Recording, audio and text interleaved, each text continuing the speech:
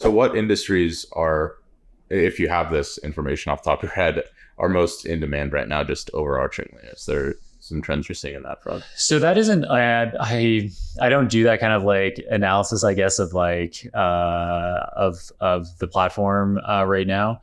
But I can tell you, at least for our listeners and the kind of people that will be listening to this show, the more engineering skills you have, the more valuable you're going to be in the market. So Refreshing. yeah, yeah, like, data science, yes, is very cool, but actually like the number of unfilled openings in data science is a fraction of what it is for engineering roles. So like machine learning engineers, data engineers, these are related to data science, and you can still be doing data science kinds of things in those roles. And data science skills absolutely help and make you a better value add.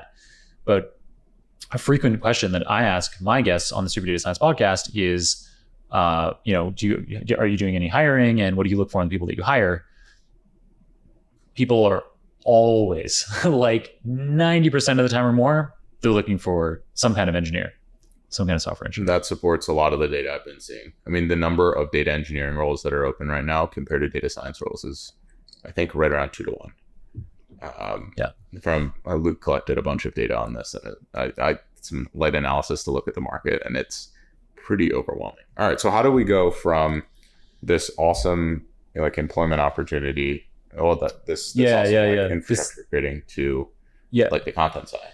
Yeah. So one of the things that I'm really grateful to Ed about, so same person that I'd met that led me to being the chief data scientist at Untapped years ago. So him and I have been working together for almost a decade now, and I genuinely hope to be working with him till I die, because it's incredible. And one of the things that I'm really grateful for is he supported me on creating content.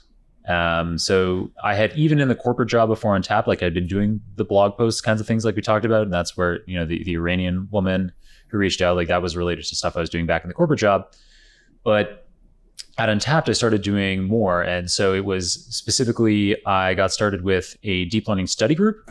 So I stood up at a popular data science meetup in New York. And I said, if anybody would like to be learning deep learning with me, like I've been meaning to do it for years. And I know that if I had a group of people that was holding me accountable, I would be actually getting it done and reading deep learning textbook chapters and watching Stanford University lectures on deep learning. And so through that, I had this initial seed of about a dozen people. Eventually the email list, over a few weeks, the email list grew to 200 people. And it was kind of invite only. Like I didn't want it to be like a meetup where everyone could come. It was a unique structure where the assumption, if you were going to come to one of our meetings, which initially were like about every 2 weeks and then kind of became monthly, was that you would do the work. You would kind of have a fundamental understanding of where we'd gotten to up until that point. But we would together as a group decide at the end of any given meeting what we were going to study next. So is it the next chapter of the textbook, or is it this Stanford NLP course? And we kind of, okay, we'll all agree this is exactly what we're going to do. And yeah, that accountability was awesome. So I met a lot of really cool people through that, had obviously learned a lot about deep learning. And because I knew that I was hosting this thing, so we would host it at Untapped offices.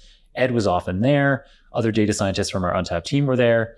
And so it was this cool culture of, we bought a bunch of chairs, we'd order some pizzas in, get some beers in, and then whiteboard. And it got to a point where we started to have them on Saturdays because we had so much to cover. These would be like 4-hour-long sessions. And it evolved from us, initially just kind of like learning the basics of deep learning to being like, hey, like, how are you applying it in production today? What problems are you running into? And how can we like kind of solve those problems together? So really cool atmosphere. And it was through hosting these sessions, that I developed this capability as like a deep learning. Like I was like, hi, I have a lot to say about deep learning.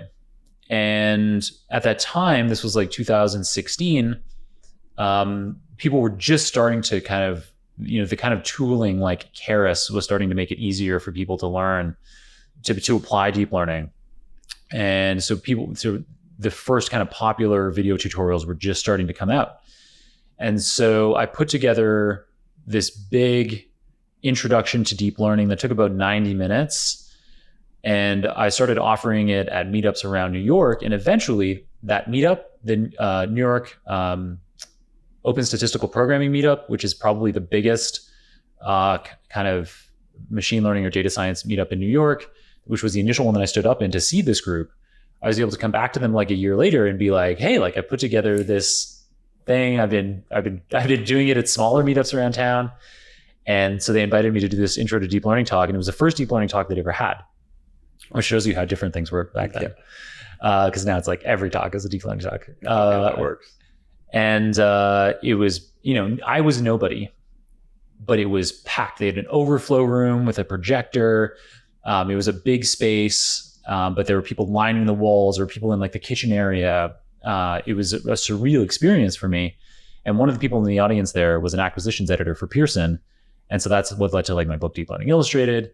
Yeah. And so meeting Deborah Williams, this acquisitions editor at Pearson, it's one of those moments in life, and I'm sure you've had these too, where it's that order of magnitude increase in opportunity.